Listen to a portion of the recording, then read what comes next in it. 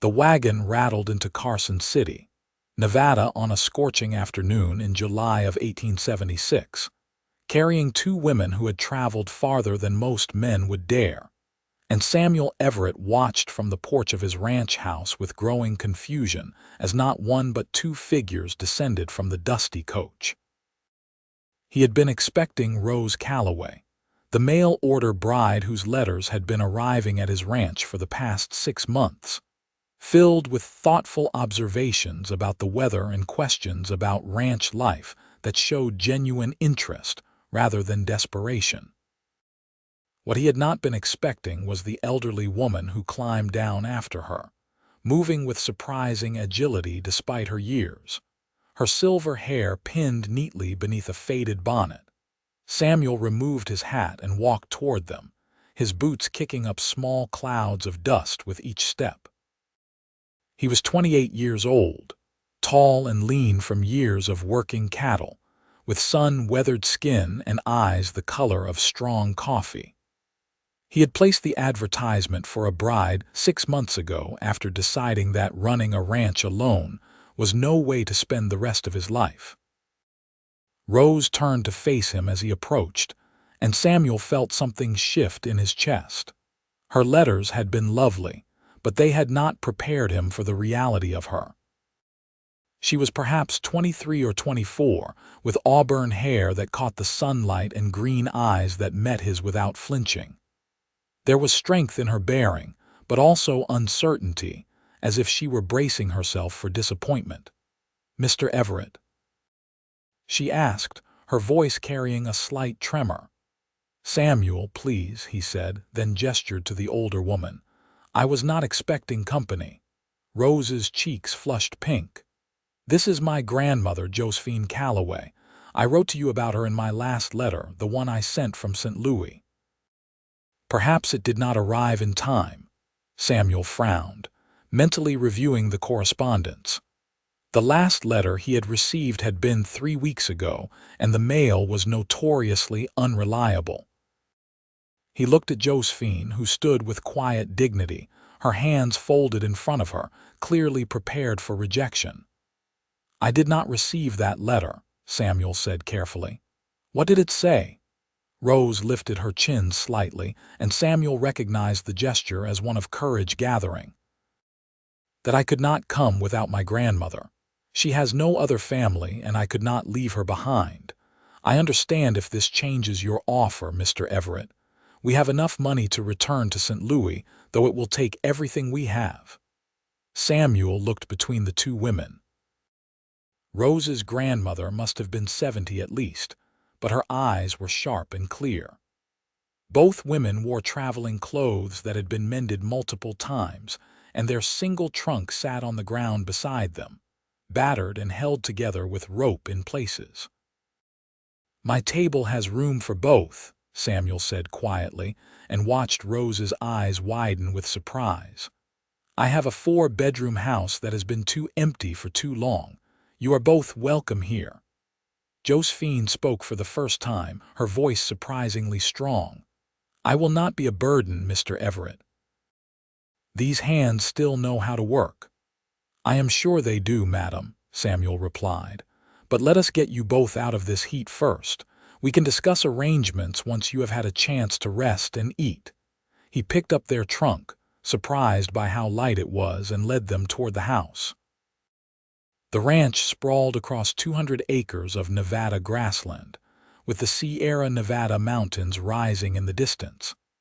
The house itself was built of wood and stone, practical and sturdy, with a wide porch that caught the evening breeze. Rose walked beside him, her grandmother following close behind. "This is very generous of you," she said softly. "I was so afraid you would turn us away." "Why did you think you could not mention your grandmother from the beginning?" Samuel asked, genuinely curious. "Because no man wants to take on an old woman along with a wife," Rose said bluntly. "I delayed telling you as long as I could, hoping that perhaps your letters would reveal a kindness that might extend to her as well. But I could not in good conscience arrive without warning you." "Except the warning did not arrive," Samuel pointed out, but he was smiling slightly. Except the warning did not arrive, Rose agreed, and there was the faintest hint of humor in her voice. Samuel pushed open the front door and led them inside. The house was clean but sparse, decorated with only the most necessary furniture. He had never had much interest in making the place comfortable beyond basic needs. The main room held a large table, several chairs, and a stone fireplace. Doorways led to the kitchen and bedrooms. "The bedroom at the end of the hall has the best light," Samuel said. "Your grandmother should take that one. The room next to it can be yours, Miss Calloway." Rose turned to face him. "And where will you sleep?" "My room is on the other side of the house," Samuel said. "There will be no impropriety, I promise you that. We can be married as soon as you are ready, but I will not rush you into anything." Josephine gave him a long, measuring look, then nodded slowly. "You are a good man, Samuel Everett, better than most." "I try to be, madam," Samuel said simply. He showed them to their rooms, then left them to settle in while he went to the kitchen. His cooking skills were adequate but uninspired, and he found himself wishing he had prepared something more impressive than the stew currently simmering on the stove. He added more vegetables and checked the cornbread he had made that morning. An hour later, Rose appeared in the kitchen doorway. She had changed from her traveling dress into something simpler, a blue cotton dress that brought out the color of her eyes. Her hair was still pinned up, but a few strands had escaped to curl around her face. "May I help?" she asked. "Can you cook better than I can?" Samuel asked. "Almost certainly," Rose said, and this time there was definite amusement in her voice. They worked together in companionable silence, and Samuel found himself stealing glances at her. She moved with efficiency in the kitchen, tasting the stew and adding salt and herbs from the jars on the shelf. When she caught him looking, she did not look away immediately, and something warm passed between them. Josephine joined them when the meal was ready, and they sat at the long table together. Samuel had eaten alone at this table for the past 3 years, since his father had died and left him the ranch. Having company felt strange and wonderful at the same time. "Tell me about the ranch," Rose said as they ate. "Your letters mentioned cattle, but not much else." "I run about 200 head of cattle," Samuel explained, "plus horses for working them. I have 2 ranch hands who help during the busy seasons, but mostly I manage on my own. It is hard work, but the land is good and the cattle thrive." "What happened to your family?" Josephine asked directly, and Samuel appreciated her straightforwardness. "My mother died when I was 12, he said. "Fever took her one winter. My father ran this ranch until 3 years ago when a horse threw him. He broke his neck and died the same day. I have no siblings, no other family." "It is just me." "Lonely," Rose said softly. "Very," Samuel admitted. "That is why I placed the advertisement. A ranch this size needs a family, children to pass it on to. But more than that, I wanted someone to share the days with, to talk to in the evenings, to build something with." Rose met his eyes across the table. "That is what I want too. My parents died 5 years ago in a fire. I worked as a seamstress after that, but the city felt like it was suffocating me. I wanted space, fresh air, a chance at something different." "And your grandmother?" Samuel asked gently. "I am all she has," Rose said simply. "As she is all I have. We have kept each other going these past years." Josephine reached over and patted Rose's hand. "And now we are here, starting fresh in Nevada. I am grateful for your kindness, Samuel." After dinner, Samuel showed Rose around the ranch while Josephine rested. The evening air was cooler, and the setting sun painted the mountains gold and pink. They walked toward the barn, where Samuel's horses nickered in greeting. "This is Thunder," Samuel said, stroking the nose of a large black stallion. "He is difficult but loyal once he trusts you, And this is Daisy, who is sweet-tempered and perfect for someone still learning to ride." "I can ride," Rose said. "Not well, but I learned as a child." "Then we will ride together," Samuel said. "I can show you the property, all the places I wrote about in my letters." Rose moved closer to pet Daisy, and Samuel found himself very aware of her proximity. She smelled like lavender and something else, something uniquely her. "I need to be honest with you," Rose said, not looking at him. "I am afraid." "Of me?" Samuel asked, concern flooding through him. "Of disappointing you," Rose clarified. "Of not being the wife you imagined. Of my grandmother being too much of a burden. Of failing at this new life." Samuel reached out and gently touched her arm, waiting until she looked at him. "I am afraid too," he admitted. "Afraid of the same things, but we do not have to figure everything out tonight. We can take our time, get to know each other properly. You really do not mind that I brought her?" Rose asked. "I really do not mind," Samuel said firmly. "My table has room for both. My life has room for both. In fact, I think having her here will make things easier, not harder. She can chaperone us properly, and you will not feel so alone while adjusting to a new place." Rose smiled, and it transformed her face from merely pretty to genuinely beautiful. "Thank you, Samuel. You cannot know what it means to hear you say that." They walked back to the house as the stars began to appear, and Samuel felt something he had not felt in years: hope. Not just hope for the future of his ranch, but hope for happiness, for love, for a real family. Over the next few days, they fell into a routine. Samuel taught Rose the rhythms of ranch life, showing her how to collect eggs from the chickens, how to churn butter, how to spot a sick cow in the herd. Josephine, true to her word, made herself useful in countless ways. She tended the vegetable garden that Samuel had planted but largely neglected, mended clothes with the skill of someone who had been sewing for 6 decades, and cooked meals that made Samuel realize how poorly he had been eating. More than that, Josephine's presence created a comfortable buffer that allowed Samuel and Rose to grow closer without the awkwardness that might have otherwise plagued them. They could talk freely at meals with Josephine there to guide the conversation when it lagged. They could laugh together without self-consciousness. One evening, about a week after Rose's arrival, Samuel found Josephine alone on the porch, knitting in the fading light. "May I join you?" he asked. "It is your porch," Josephine said, but her tone was warm. Samuel sat in the chair beside her. "I wanted to thank you." "For what?" "For raising such a remarkable granddaughter," Samuel said. "Rose is intelligent, kind, hardworking, and honest. Those qualities came from somewhere." Josephine's needles paused in their clicking. "You care for her already." It was not a question, but Samuel answered anyway. "I do. More than I expected to this quickly. Is that foolish?" "Not if the feeling is genuine," Josephine said. "But I must ask your intentions, Samuel Everett. My Rose has been through enough hardship. I will not see her heart broken." "I intend to marry her if she will have me," Samuel said.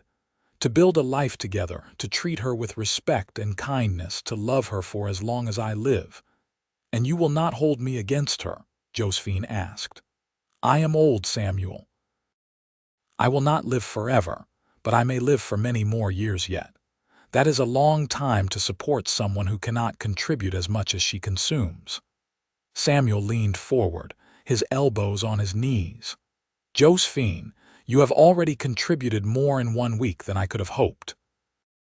But even if you could not, even if you were bedridden and needed constant care, I would not regret having you here. Rose loves you, and I am coming to love Rose. That means I love you too, in a different way perhaps, but no less real." Josephine's eyes grew bright with tears. "You are a rare man, Samuel. I am glad Rose found you." "I am glad she found me too," Samuel said softly. The next Sunday, Samuel hitched up the wagon to take them into Carson City for church services. The town had grown considerably in recent years, though it still had the rough edges common to Nevada settlements. The church was a simple wooden building, but it served a congregation of miners, ranchers, shopkeepers, and their families. Samuel introduced Rose and Josephine to everyone, noting the surprised looks when he explained that Josephine was Rose's grandmother. He kept his hand protectively on Rose's back, a subtle signal to the other men that she was spoken for. After the service, several women approached Rose with friendly curiosity. Sarah Mitchell, the minister's wife, was particularly welcoming. "We are so glad to have more women in the area," Sarah said warmly. "We hold a quilting circle every Wednesday afternoon at the Mercantile. You would be most welcome to join us." "I would like that very much," Rose said, and Samuel could hear the relief in her voice. She had been worried about finding friends in this new place. On the ride home, Rose was more animated than Samuel had yet seen her. "Everyone was so kind," she said. "I had feared they might be suspicious of outsiders. Carson City is still new enough that almost everyone is an outsider," Samuel said. "We have only been the capital of Nevada Territory for 12 years, and statehood is only 12 years old as well. Most folks came here looking for a fresh start, same as you." "Tell me about the town," Josephine said from the back of the wagon. "What else should we know?" Samuel guided the horses along the dusty road.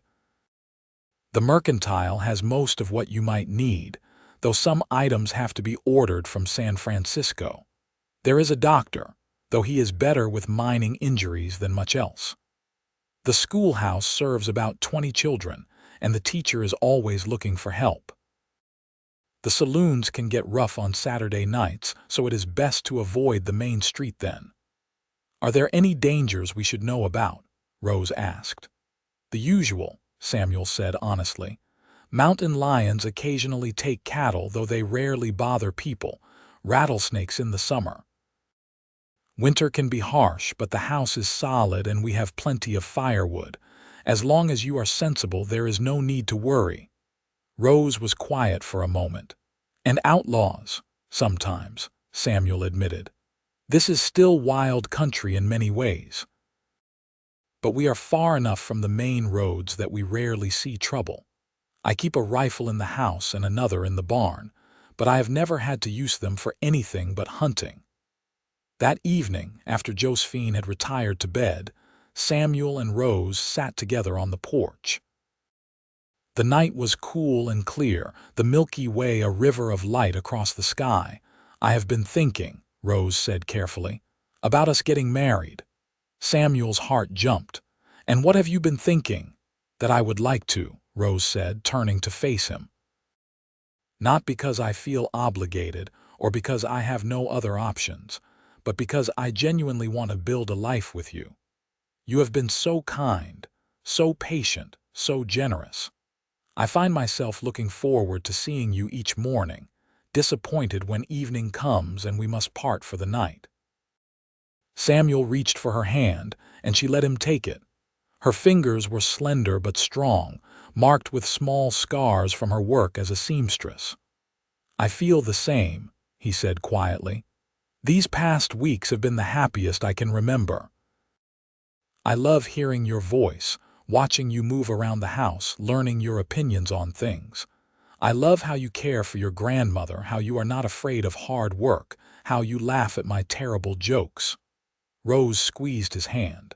"Then we should set a date. How much time do you need?" Samuel asked. "A month," Rose said. "I would like to make a proper wedding dress and for us to have a bit more time to be certain. Is that acceptable?" "More than acceptable," Samuel assured her. "We can be married here at the ranch or in town, whichever you prefer." "Here," Rose said immediately. "With just the minister and a few witnesses. I have already had enough of being the subject of curious stares." "Here it is, then," Samuel agreed. He lifted her hand and kissed her knuckles gently. "You have made me very happy, Rose Calloway." "Soon to be Rose Everett," she said, and there was wonder in her voice, as if she could not quite believe it. The next month passed in a blur of preparation and deepening affection. Samuel found excuses to be near Rose whenever possible, teaching her to rope cattle, showing her the best fishing spots in the creek that ran through his property, taking her on long rides across the range island. Each day brought new discoveries about each other. He learned that Rose sang while she worked, old ballads her mother had taught her, her voice clear and sweet. He learned that she had a sharp wit and a talent for observation, often noticing things about the ranch or the animals that he had missed. He learned that she was stronger than she looked, capable of working from dawn to dusk without complaint. Rose learned that Samuel was patient and thoughtful, never making a decision without considering all angles. She learned that he had educated himself through reading, his small collection of books worn from constant use. She learned that, beneath his quiet exterior, lay a man of deep feeling and conviction. Josephine watched their growing romance with satisfaction, often making herself scarce in the evenings to give them time alone. She threw herself into ranch life with surprising vigor, befriending the chickens and coaxing the vegetable garden into greater productivity.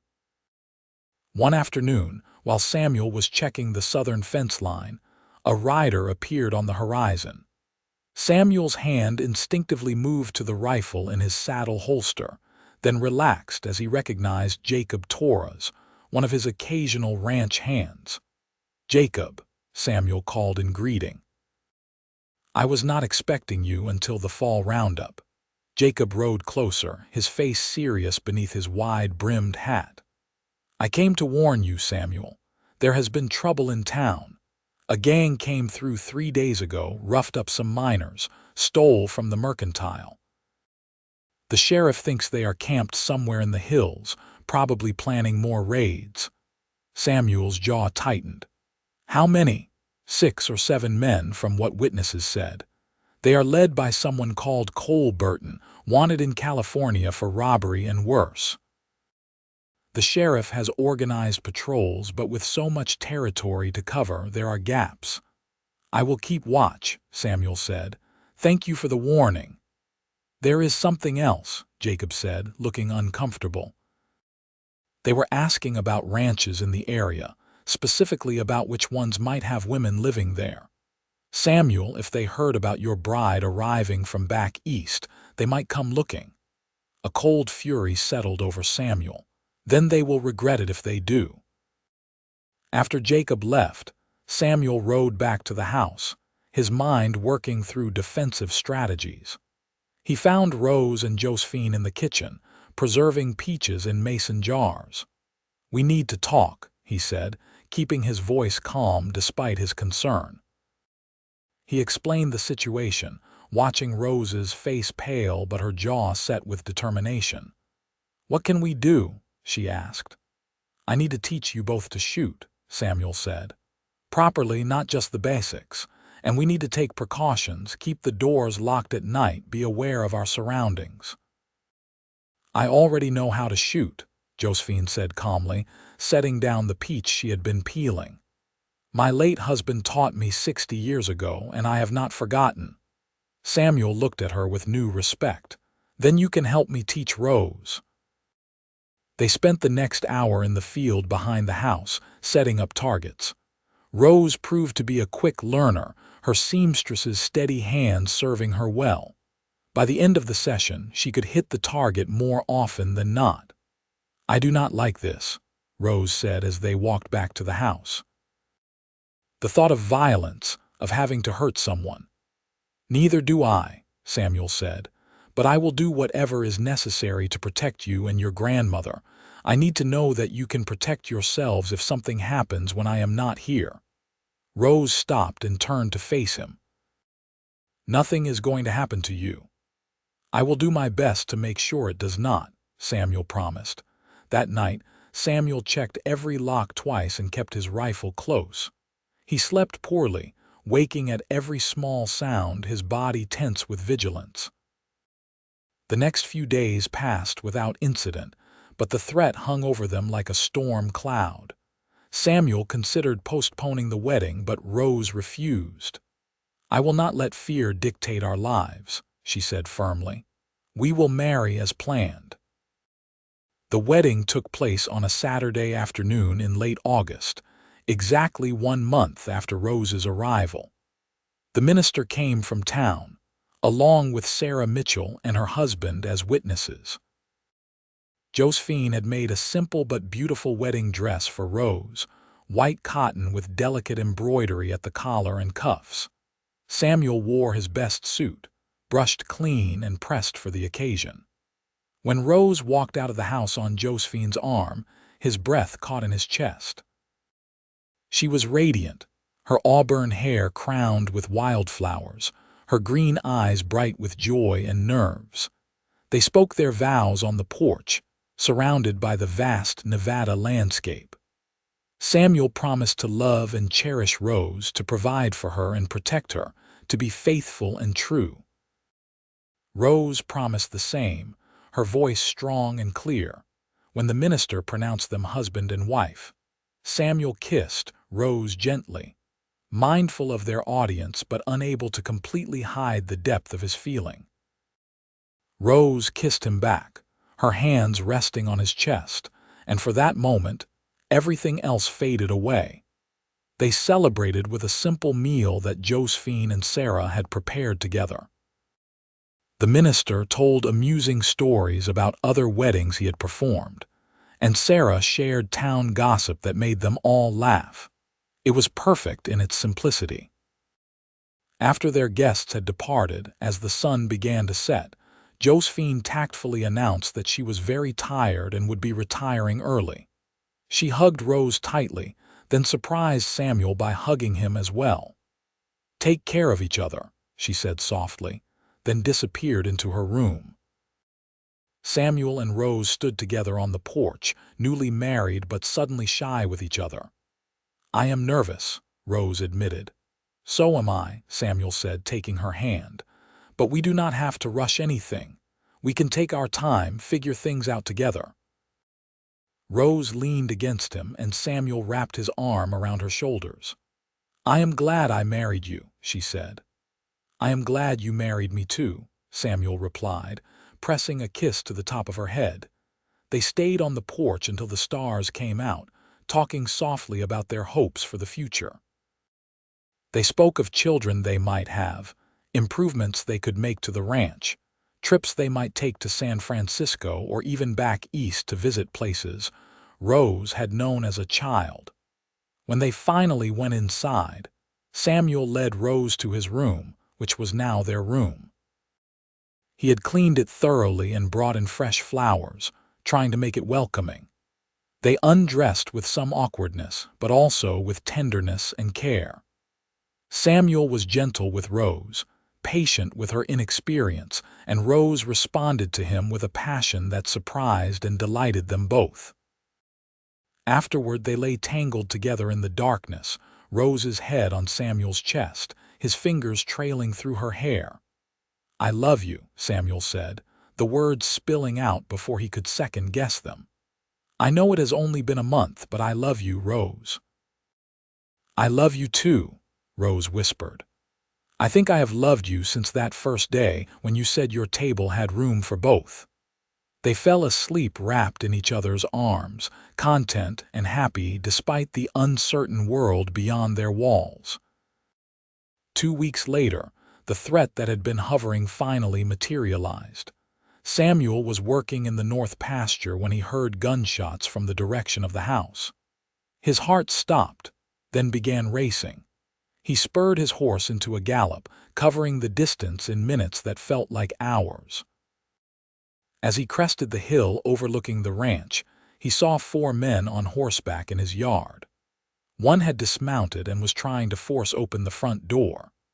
Samuel could hear women's voices shouting from inside, and the sound of a gunshot made his blood run cold. He rode straight into the yard, pulling his rifle from its holster. "Get off my property," he shouted. The men turned, and Samuel recognized the leader from wanted posters he had seen in town. Cole Burton was a big man with a scarred face and cold eyes. "Well now," Burton drawled. "The rancher finally shows up. We were just getting acquainted with your womenfolk." "My wife told you to leave," Samuel said, keeping his rifle trained on Burton. "I am telling you the same thing. This is your only warning." Burton laughed, but there was no humor in it. 4 against 1, friend. "I do not like those odds for you." 3 against 3, Josephine's voice rang out from the upper window. Samuel glanced up to see her with a rifle pointed at one of the mounted men. "I may be old, but I can still shoot straight." The front door opened a crack and Rose appeared with the other rifle. "And I am a fast learner." Burton's expression darkened. "You are making a mistake." "The only mistake was you coming here," Samuel said quietly, his finger on the trigger. For a long moment the tableau held. Then one of Burton's men, younger and clearly less committed to the fight, broke. "This is not worth it, Cole. There are easier targets." Burton glared at him but seemed to recognize the truth in his words. "This is not over," he said to Samuel. "Yes, it is," Samuel replied. "If I see you or any of your men near my property again, I will shoot first and ask questions later. And I will make sure the sheriff knows exactly where to find you." The outlaws rode off, and Samuel did not lower his rifle until they had disappeared over the horizon. Then he dismounted and ran into the house, where Rose met him with trembling hands. "Are you hurt?" he demanded, checking her over frantically. "No, we are fine," Rose said. "They had just arrived when you appeared. Grandmother and I grabbed the rifles and held them off." Josephine came down the stairs, still carrying her weapon with casual competence. "Foolish men," she said. "Did they really think 3 people would be easy prey?" Samuel pulled Rose into his arms, holding her tightly. "I should have been here." "You were here when we needed you," Rose said firmly, "and we held our own until you arrived. We are a team, Samuel, all 3 of us." Samuel looked at Josephine, seeing her in a new light. "You are remarkable," he said simply. "I am a survivor," Josephine corrected, "as is my granddaughter." "We are not fragile flowers, Samuel Everett." "I am beginning to understand that," Samuel said. That evening, Jacob Torres arrived with news that the sheriff had caught Burton and his gang trying to rob a stagecoach on the road to Virginia City. They would be going to trial and then, most likely, prison. "You can rest easy now," Jacob said. "They will not be bothering anyone around here again." After Jacob left, Samuel found Rose in their bedroom, staring out the window at the darkening landscape. "What are you thinking?" he asked, coming to stand behind her. "That I was terrified today," Rose said honestly. "But also that I knew we would be all right, that somehow we would protect each other and get through it." Samuel wrapped his arms around her waist, and Rose leaned back against him. "I have never been so afraid as when I heard those gunshots," he admitted. "The thought of losing you, of something happening to you or Josephine, was unbearable." Rose turned in his arms to face him. "But we are here, we are safe, and we are together. That is what matters." Samuel kissed her, pouring all his love and relief into the gesture.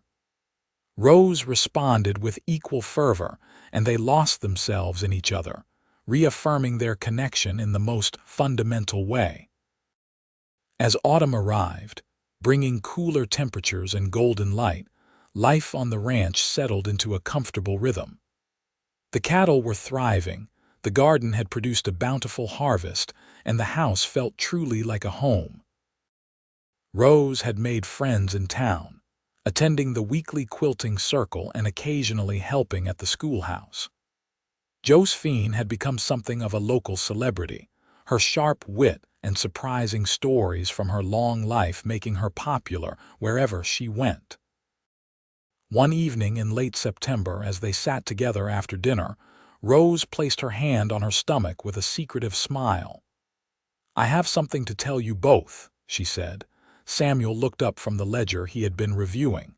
Josephine set down her knitting. "I am with child," Rose announced, her voice filled with wonder. "The baby should arrive in the spring." Samuel felt joy surge through him so powerfully that he could barely speak. He stood and pulled Rose into his arms, laughing and crying at the same time. "A baby," he managed. "We are going to have a baby." Josephine came over and embraced them both, her eyes damp with happy tears. "A great-grandchild," she said. "I had not dared to hope I would live to see it." "You will be here to meet this baby and many more," Rose said firmly. "You are not going anywhere." The winter was mild by Nevada standards, and they used the time to prepare for the baby's arrival. Samuel built a cradle from pine wood, sanding it smooth and carving roses along the headboard. Rose sewed tiny clothes and blankets, her hands busy even when she was tired from pregnancy. Josephine knitted endlessly, creating booties and caps and sweaters in soft wool. Rose's pregnancy was relatively easy, though the morning sickness in the early months had been difficult. Samuel hovered over her anxiously, trying to do everything he could to make her comfortable. Rose tolerated his fussing with good humor, knowing it came from love. "I am not fragile," she reminded him regularly, even as she let him help her into chairs and bring her endless cups of tea. "I know," Samuel would reply, "but I cannot help worrying." On a warm day in April of 1877, Rose went into labor.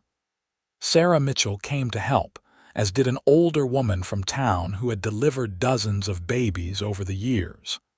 Samuel was banished to the porch with Josephine, where they paced and worried together. "She is strong," Josephine said, though Samuel was not sure if she was reassuring him or herself. "She will get through this." The hours dragged on. Samuel could hear Rose crying out occasionally, and each sound felt like a knife in his heart. He wanted to be with her to help her, but Sarah had been firm that he would only be in the way. Finally, as the sun was setting, a new sound joined the others, the wail of a newborn baby. Samuel froze, hardly daring to breathe. Sarah appeared in the doorway, smiling. "You have a son, Samuel." A healthy, strong boy, and Rose did beautifully. Samuel rushed inside to find Rose propped up in bed, exhausted but radiant, holding a tiny bundle. He approached slowly, almost reverently, and looked down at his son. The baby had a red, wrinkled face and a surprising amount of dark hair. His eyes were squeezed shut as he cried, his tiny fists waving in the air. Samuel reached out and touched one of those fists, marveling when small fingers wrapped around his much larger one. "He is perfect," Samuel whispered. "He is ours," Rose said, looking up at her husband with absolute love. Josephine entered the room, moving carefully to avoid disturbing the new mother. She looked at her great-grandson with tears streaming down her weathered cheeks. "What will you name him?" Samuel and Rose had discussed this extensively over the winter. "James," Rose said. "James Robert Everett, after both our fathers." "James," Samuel repeated, testing the name. "Welcome to the world, son." The first months of parenthood were exhausting but joyful. James proved to be a hungry baby with a strong will and powerful lungs. Samuel and Rose took turns walking him during the night when he would not settle, bleary-eyed but content. Josephine proved invaluable, her experience with babies from raising her own children decades ago guiding the new parents through challenges. She taught Rose how to soothe colic, how to tell different types of cries apart, how to trust her instincts. Samuel fell completely in love with his son, often simply sitting and watching him sleep, marveling that he and Rose had created this perfect little person. He found himself making plans for James's future, imagining teaching him to ride, to rope cattle, to read and write, to be a good man. One evening when James was about 6 months old, Samuel found Rose sitting in the nursery, holding their sleeping son with tears running down her face. "What is wrong?" he asked, immediately concerned. "Nothing is wrong," Rose said, wiping her eyes. "I am just so happy. Sometimes it overwhelms me how much I have now compared to 2 years ago. I was alone except for grandmother, working endless hours in a cramped room, wondering if this was all life would ever be. And now I have you and James and this beautiful home. It feels like a dream." Samuel knelt beside her chair and wrapped his arms around both his wife and son. "It is not a dream," he said gently. "It is real and it is ours and we built it together." "I love you so much," Rose whispered. "I love you too," Samuel replied, "more than I ever thought possible. The years that followed were good ones." The ranch prospered, allowing Samuel to hire permanent ranch hands and expand the herd. James grew into a sturdy, curious toddler, then a bright and energetic boy. He adored his great-grandmother, following her around the garden and listening raptly to her stories. When James was 3, Rose gave birth to twin girls, Anna and Grace. Samuel was stunned and delighted by the appearance of 2 babies instead of 1. The household became chaotic and noisy, filled with laughter and crying and the constant activity of 3 small children. Josephine, now in her late 70s, slowed down somewhat but remained sharp and involved. She taught the children songs and games, told them stories about their heritage, spoiled them with sweets she baked when Rose was not looking. On James's 5th birthday, Samuel took him on his first real ride around the ranch property. The boy sat in front of his father on Thunder, who had gentled considerably with age, his eyes wide as he took in the vast landscape. "All of this will be yours someday," Samuel told his son. "But more important than the land or the cattle are the people. Family comes first always. Do you understand?" "Yes, Papa," James said seriously, and Samuel felt a surge of pride in his young son.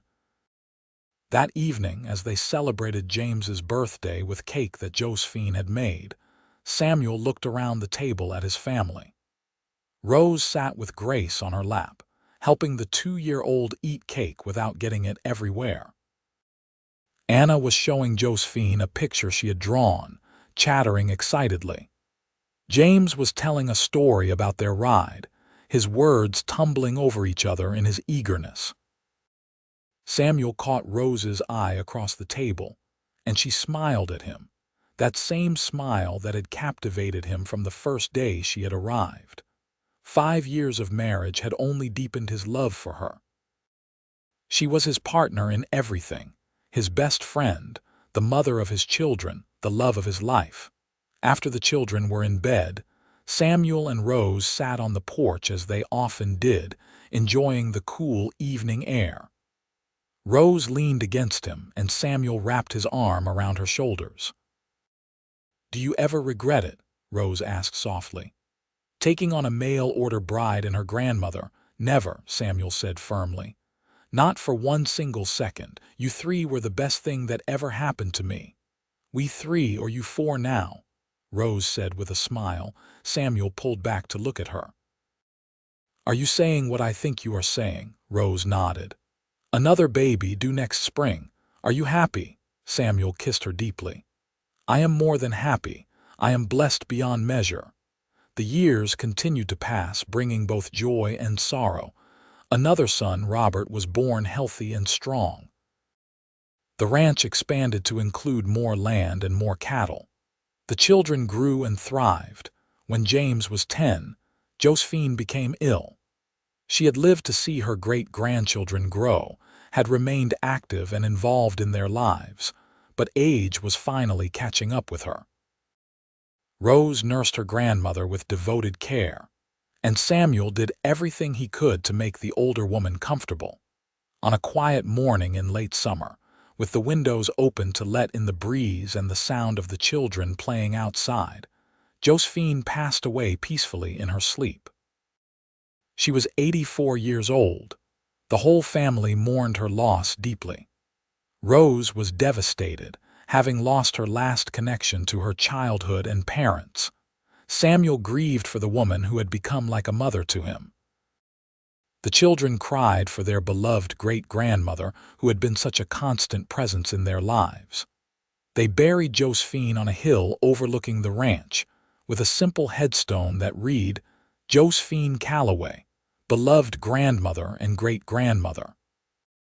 Rose planted wildflowers around the grave, the same kind that had been in her wedding bouquet.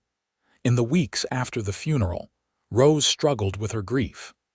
Samuel held her when she cried, listened when she needed to talk about her memories, gave her space when she needed to be alone.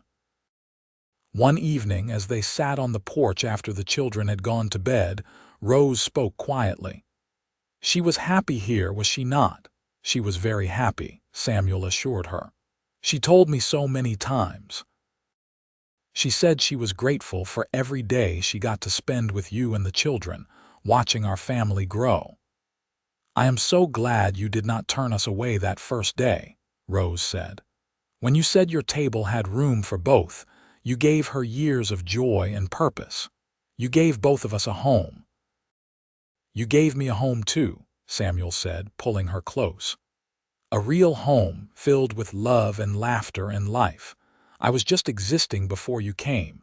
You and Josephine taught me what it means to truly live." They sat in silence for a while, holding each other, finding comfort in their connection. Life on the ranch continued. The children grew older and new rhythms established themselves. James showed a real aptitude for ranching and loved working alongside his father. Anna was gentle and nurturing, often helping care for injured animals or younger children. Grace was spirited and adventurous, always exploring and asking questions. Robert was still young but showed signs of his father's patience and his mother's intelligence.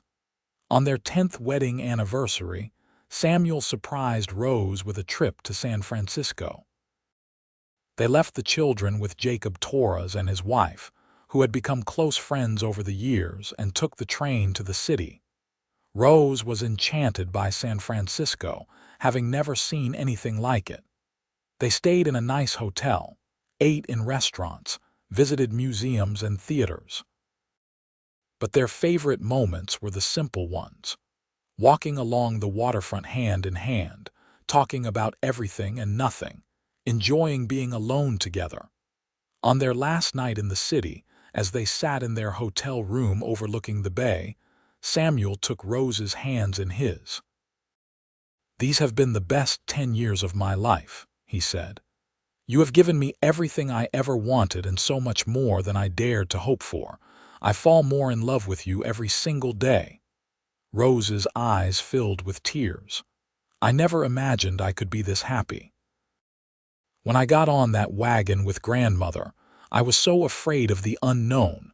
I could not have dreamed that I would find you, that we would build this beautiful life together." "To the next 10 years," Samuel said, raising his glass of wine. "And the 10 after that and all the years beyond."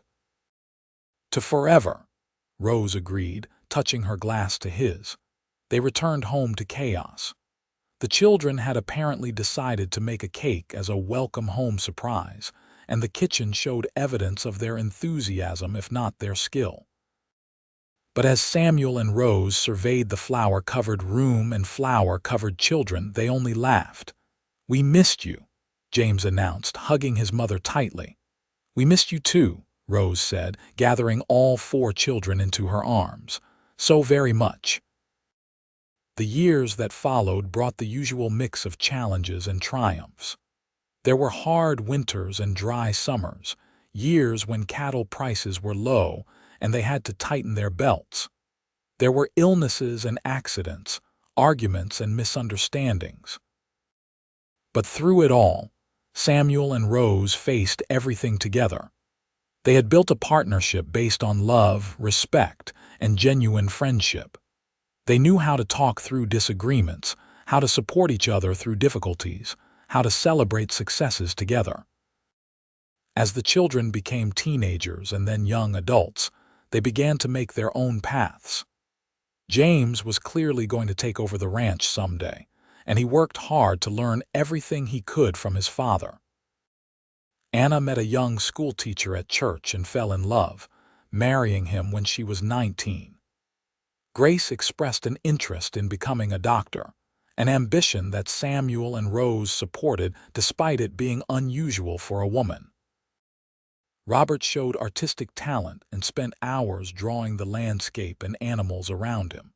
On the 20th anniversary of the day Rose had arrived in Carson City, Samuel organized a surprise celebration.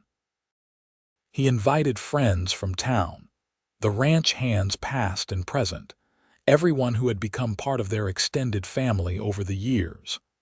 As the party was in full swing, Samuel pulled Rose aside to the spot where they had said their wedding vows. 20 years ago, you and your grandmother stepped off a wagon into my life, he said. I was so nervous, so worried about making a good impression, so afraid of disappointing you. I was terrified, Rose admitted, certain you would send us away as soon as you saw grandmother. My table has room for both, Samuel quoted, smiling at the memory. I am so glad I said that, because it was not just about making room at a table, was it? It was about making room in my life, in my heart. You made room for both of us, Rose said softly. And in doing so, you made room for all of this. She gestured to the party, to their children laughing with friends, to the ranch that had grown and prospered, to the life they had built together. I love you, Rose Everett, Samuel said, using her married name as he had every day for the past 20 years. You are the best decision I ever made. I love you too, Rose replied, reaching up to cup his face in her hands. Thank you for being exactly who you are, for loving me and grandmother, for building this beautiful life with me. They kissed as the sun set over the Nevada landscape, surrounded by family and friends, blessed with love and joy, and the knowledge that they had chosen well all those years ago. As more years passed and they grew older together, their love only deepened. They became grandparents when Anna had her first child, a daughter she named Josephine in honor of her great-grandmother. Samuel and Rose doted on their grandchildren, enjoying the privilege of spoiling them and then sending them home to their parents. James married a rancher's daughter from the next county over and brought her to live on the ranch, building a house nearby so he could work closely with his father while still having privacy for his young family. Grace achieved her dream of becoming a doctor, studying in San Francisco, and then returning to Carson City to open a practice. Robert moved to San Francisco to pursue his art but visited frequently, always bringing new sketches and paintings of city life to share. Samuel's hair went gray, then white. His hands became gnarled with arthritis, though he still worked the ranch every day with James at his side. Rose's auburn hair faded, but her green eyes remained as bright as ever, and her love for Samuel never wavered. On their 40th wedding anniversary, their children and grandchildren gathered to celebrate. The original ranch house had been expanded multiple times to accommodate the growing family, but the porch where Samuel and Rose had spent countless evenings remained unchanged. As the celebration wound down and the younger grandchildren were put to bed, Samuel and Rose found themselves alone on that porch once again, sitting in the same chairs they had sat in for 4 decades. 40 years, Rose said wonderingly. It has gone so fast. And yet I remember that first day like it was yesterday, Samuel said. You and Josephine climbing down from that wagon, looking so uncertain, so brave. You were the answer to prayers I had not even known to say, Rose told him. You gave us everything, Samuel. A home, a family, a life beyond anything I had imagined. You gave me the same, Samuel said, taking her hand. I was half alive before you came. You brought color and joy and love into my world. You made me whole." They sat in comfortable silence, hands clasped, watching the stars come out over the ranch where they had built their life together. "You think grandmother would be proud of what we have built?" Rose asked softly. "I know she would be," Samuel said with certainty. "She told me so herself, not long before she died. She said she had been so afraid that you would end up alone after she was gone, that bringing you west was a terrible gamble. But she said she knew from the first day that it had been the right decision, that I would take care of you." "You have taken care of me," Rose said, "and I have taken care of you. That is what marriage is supposed to be."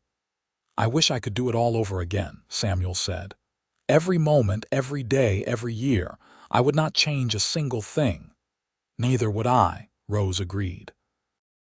As they sat together under the Nevada stars, surrounded by the evidence of their life together, Samuel Everett and Rose Everett knew with absolute certainty that they had been blessed. A mail-order bride and her grandmother had arrived on a dusty afternoon 40 years ago, uncertain of their welcome, and a cowboy had said his table had room for both. From that simple act of kindness and faith had grown a love story that had spanned decades, produced children and grandchildren, and created a legacy that would continue long after they were gone. Years later, when Samuel and Rose had both passed away peacefully in their old age, surrounded by family who loved them, their children would tell their own children about the day a mail-order bride brought her grandmother to a Nevada ranch, and a cowboy welcomed them both. They would talk about the love that had sustained through hardships and celebrated through joys, about the family that had grown from a simple advertisement and a leap of faith. And on the hill overlooking the ranch, beside Josephine's grave, 2 more headstones would be placed side by side. Samuel Everett and Rose Everett, beloved husband and wife, father and mother, grandfather and grandmother, together in death as they had been in life. And the wildflowers that Rose had planted so long ago would continue to bloom every spring, a living testament to the love that had flourished in the wild Nevada soil, nurtured by courage, kindness, and the simple truth that sometimes, when you make room at your table for others, you make room in your heart for love that lasts forever.